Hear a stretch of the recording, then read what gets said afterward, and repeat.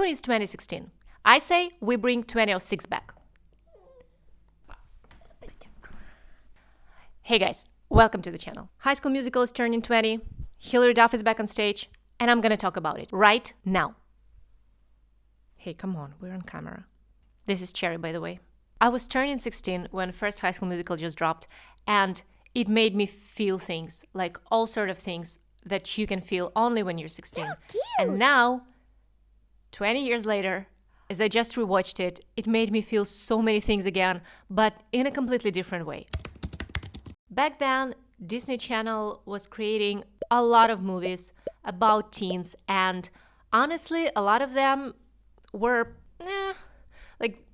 they were just like random movies for teens, not with some interesting story or good actors. Sorry, guys, but it was like really mediocre, really mediocre television. And then High School Musical dropped. So let's start with why High School Musical was such a hit. And the first thing that comes to mind, really, it's music. It is good. Songs are really beautiful, actually in all three parts, but let's start with just the first one.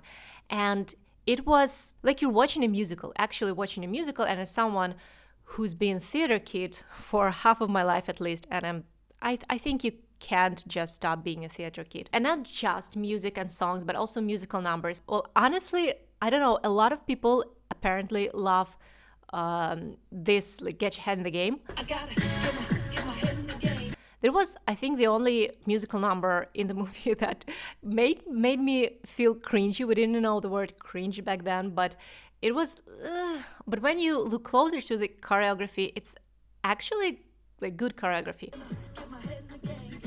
I'm just sending my gratefulness and like all the best feelings and words to Kenny Ortega, because choreography is really good. He was not the only choreographer. There were actually a couple of more, and thank you all, guys, because I love those dance moves so much. I remember in high school, I was in high school when the movie dropped, and me and my best friend back then, we were obsessed with it. I was Gabriella, she was Sharpay. We would just go to the gym and we would just dance. We're all in this together in the gym, or like when there were no one there. We were kind of like making these clips without camera, without phones. There were no phones there then. Well, like, no, okay, there were some phones, but we didn't shoot with them. Anyhow, I remember bringing to life those fragments of the movie that I really loved, and for example, like this part when Gabriella was singing her really beautiful song. I was imagining that I'm in the movie and I'm her, and I was like, like just repeating those moves, stepping down the stairs in the school, and I think that happened all over the world. And it was before TikTok. It was before dancing in front of the camera and posting it on social media became something normal. It was like learning Britney Spears moves. I guess it just had to be there. Good music and good choreography, that combo makes it possible. Tale as old as time. They bet on it, and they were right. Boy meets girl. There are some obstacles, like Romeo and Juliet, when their families, aka friends, didn't want them to be together, and they're trying to separate them, but of course it's Disney Channel, so then they make it up and they like get back together, and everything is like singing and dancing in Disney style. But it just proves that it doesn't really matter if you know how story will end, how story will go. Like, yeah, a lot of stories are pretty obvious because they're not that much plots you can come up with, but the most obvious storyline can make you feel things. It doesn't matter if you know how it will go in these stories. It matters only how it's been done. And it was done beautifully. Now, High School Musical, the first one, and actually the second one, these were just Disney Channel movies like any other Disney Channel movie. No one expected it to grow that big. The franchise became that popular and that important to the fans that they actually brought the third movie to the theaters.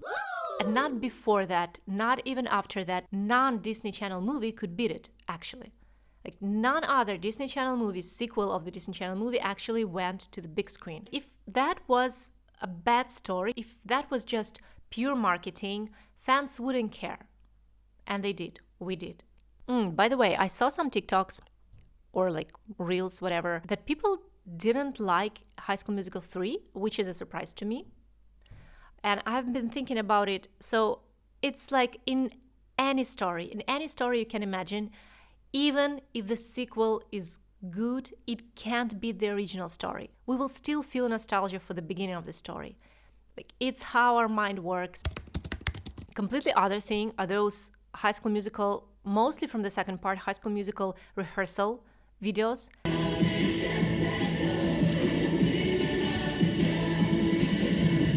Those were my Roman Empire. I was just thinking about them really all the time. I was dreaming about being a part of such thing because like I spent my childhood basically in rehearsal classes because I was a dancer and a little bit of singer. I participated in a lot of shows when I was a kid, and I spent a lot of days and hours like that, and so it made me like go back to that and dream about also once again become the part of such story, and like those were really cool.